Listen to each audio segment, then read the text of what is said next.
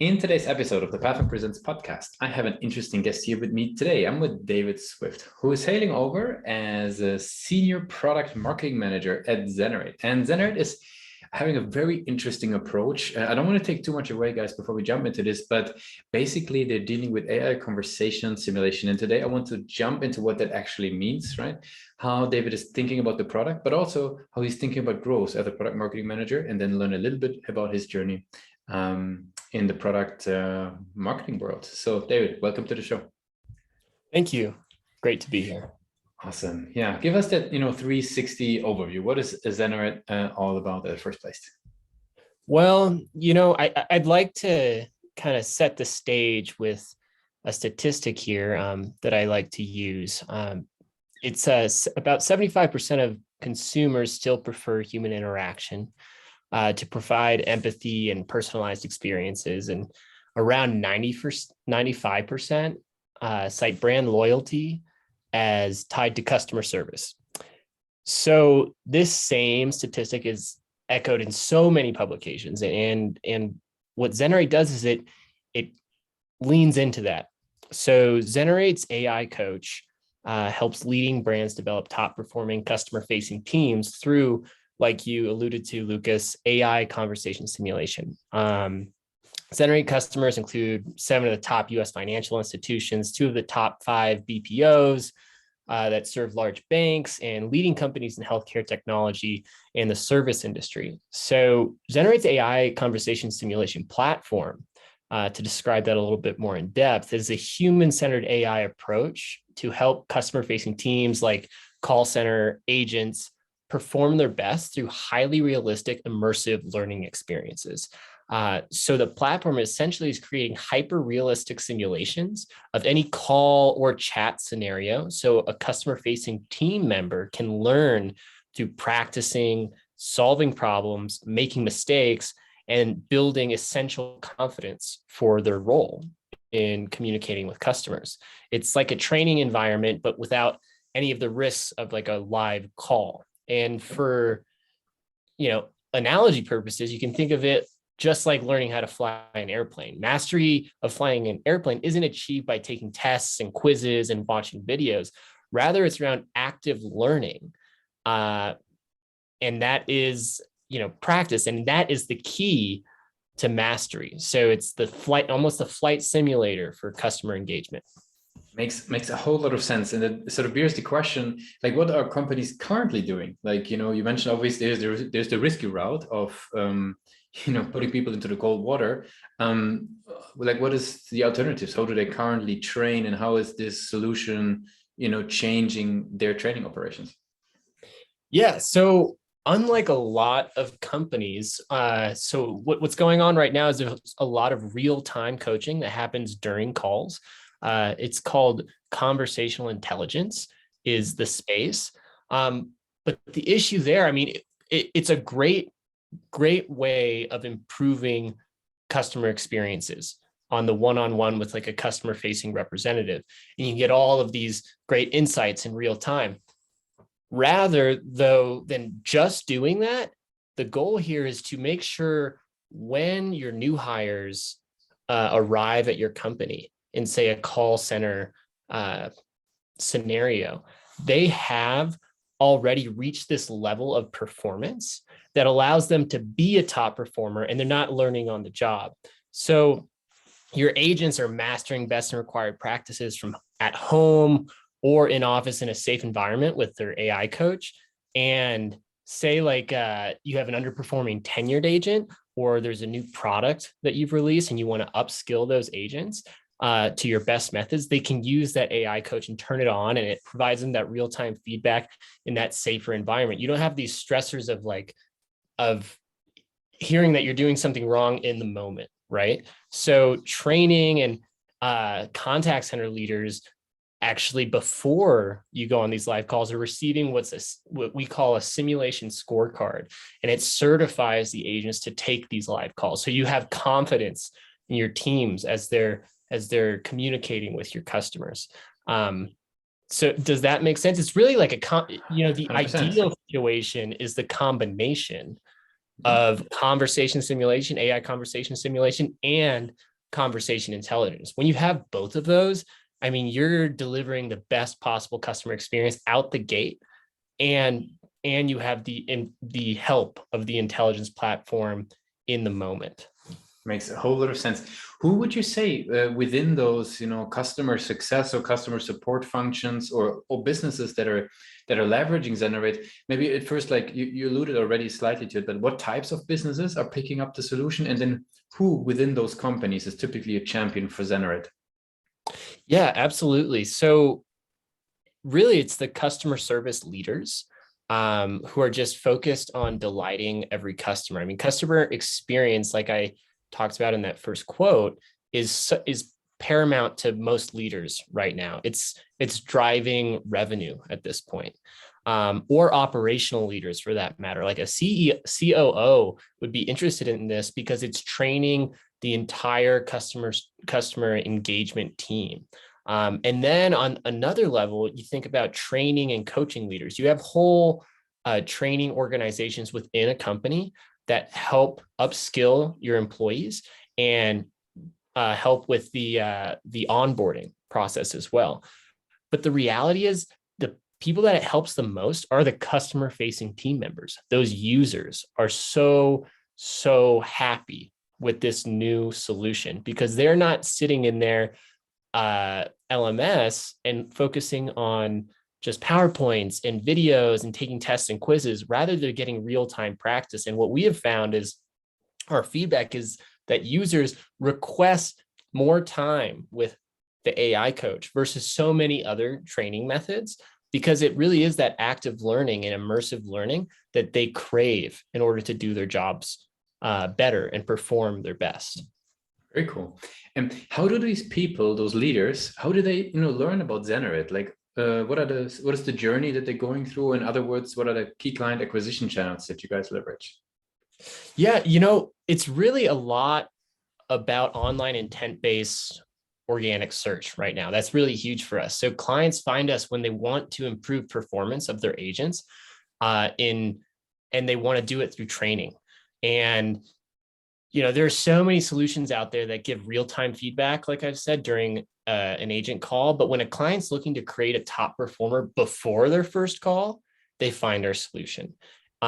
We also get a lot of attention through word of mouth because these training leaders, they talk to each other. They go to training conferences and they say, hey, I have this cool new solution. And we've have a lot of our customers, or a lot of our big customers, are actually through word of mouth in that fashion.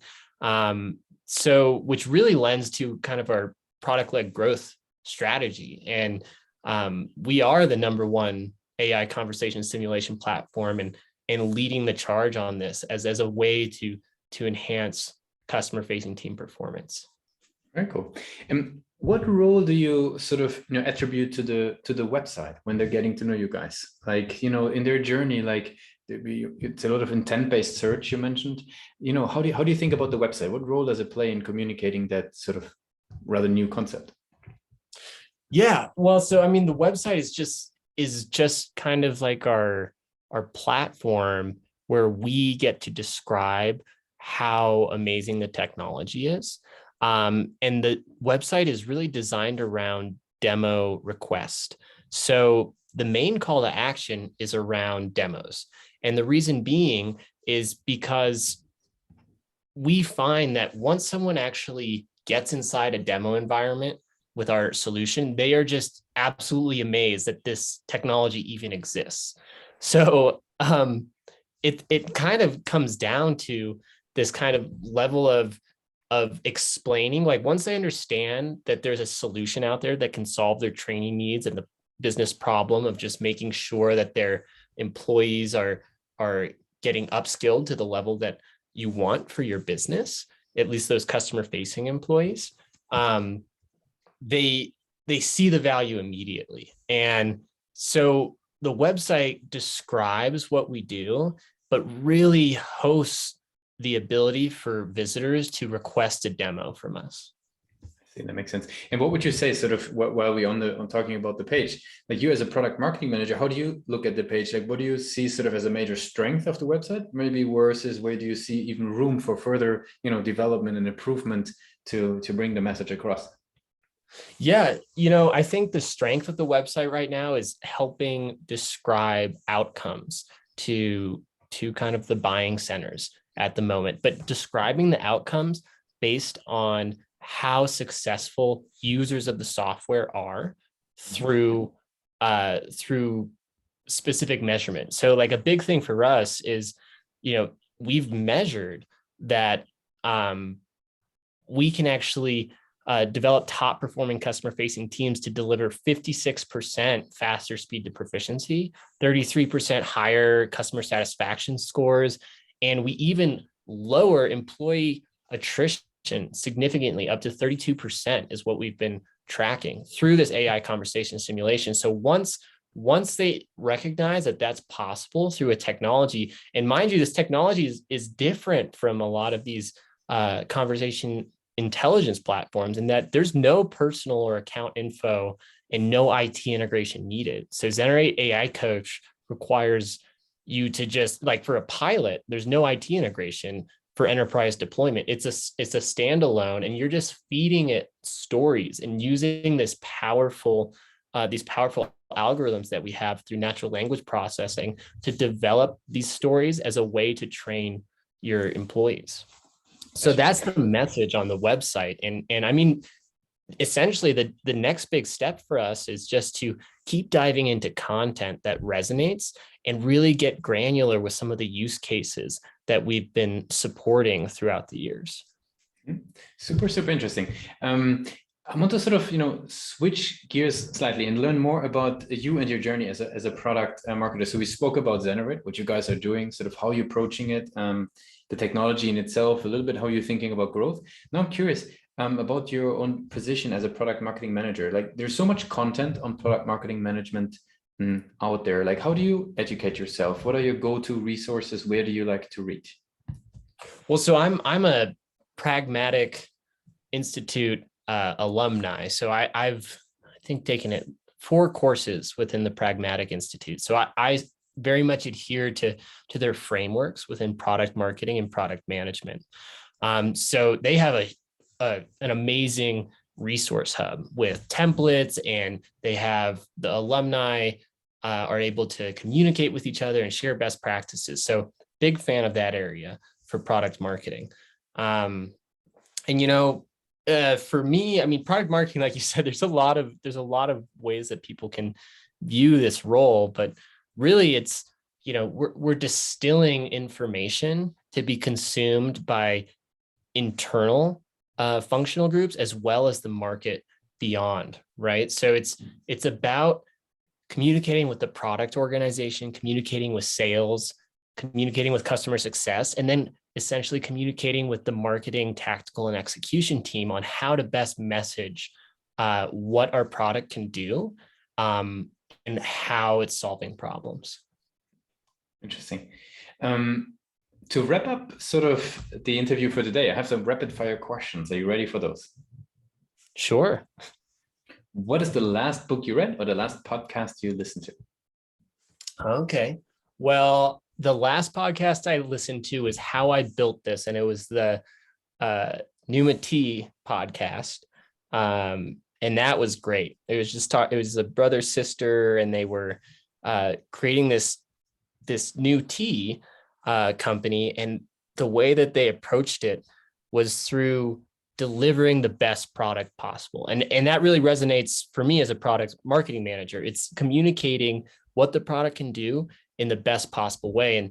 And for me, that's like product-led growth. And there are so many companies leaning into this product-led growth strategy where everything is just focused around communicating and delivering the best user experience or customer experience possible, which, is in line with what we're doing for our clients. That's what we're providing them. So that's the new narrative, I think, within the market. The last book I read was actually On the Road by Jack Kerouac. So I don't know if that really pushes into my product marketing, but fantastic book, fantastic book of the beatnik population. What's the one single thing that your company is focused on the most at the moment? Right now, we are focused on, essentially, we are focused on communicating the value that our product delivers. And we're doing that through further brand recognition and engaging with our buying centers and our target personas or ideal customer profile, and making sure that they understand that Zenerate exists. Because right now, people don't think that this technology exists. They don't think that this could actually be a real thing. It seems so sci-fi. It makes you think of like the replicants from from Blade Runner. We have essentially a robot that you can have a conversation with that can help you perform better at anything. In reality, it's focused on customer facing right now, but the technology itself can help you be better at any topic you could possibly think of. If there would be no boundaries in tech, what's the one thing you would fix for your role today? Wow. If there were no boundaries in tech, what I would fix is just having really, really well-defined kind of content production in line with attribution modeling of how that content is performing as you create it, through like its inception to final creation to digest within technology. So like you would basically have a project planner to create that content, and then you would see how your market is resonating with that content and be able to iterate. So some sort of artificial intelligence applied to the consumption of content. Mm-hmm. And the very last question would be, if we do a little bit of time travel, if you allow, we go back to the days of the University of Colorado, Boulder. So you're heading out of sort of that, second step of education. What's the one advice you would give yourself, moving then further into your career? Keep your mind broad. So you come out of school and you might actually be really focused on one thing, but the frameworks and strategies that you learn in your education can be applied across industries and across market problems. And that in and of itself is going to deliver you success as a professional. Just being able to see that your frameworks are not pigeonholed into any specific industry. I think that's a very fantastic advice. Very, actually, very nice reflection that helps people actually to learn what they take and bring it into other situations. Very cool. David, I really appreciate you took the time with us today to be a guest on Pathfund Presents. I want to give you the very last word. If somebody would be forgetting all that we discussed about Zenarate, what's the one thing that they should remember? I'll leave it with just like learning how to fly a plane, mastery isn't achieved by taking tests and quizzes and watching videos. It's learned through active learning and simulation. Practice is the key to mastery. And Zenarate AI Coach is the first human-centered AI solution focused on helping people perform their best. And while many software companies are focused on automating customer conversations with chatbots, we as a company are focused on helping people solve problems and deliver superior customer experiences. Thanks a lot for being a guest on Pathfund Presents. Thank you.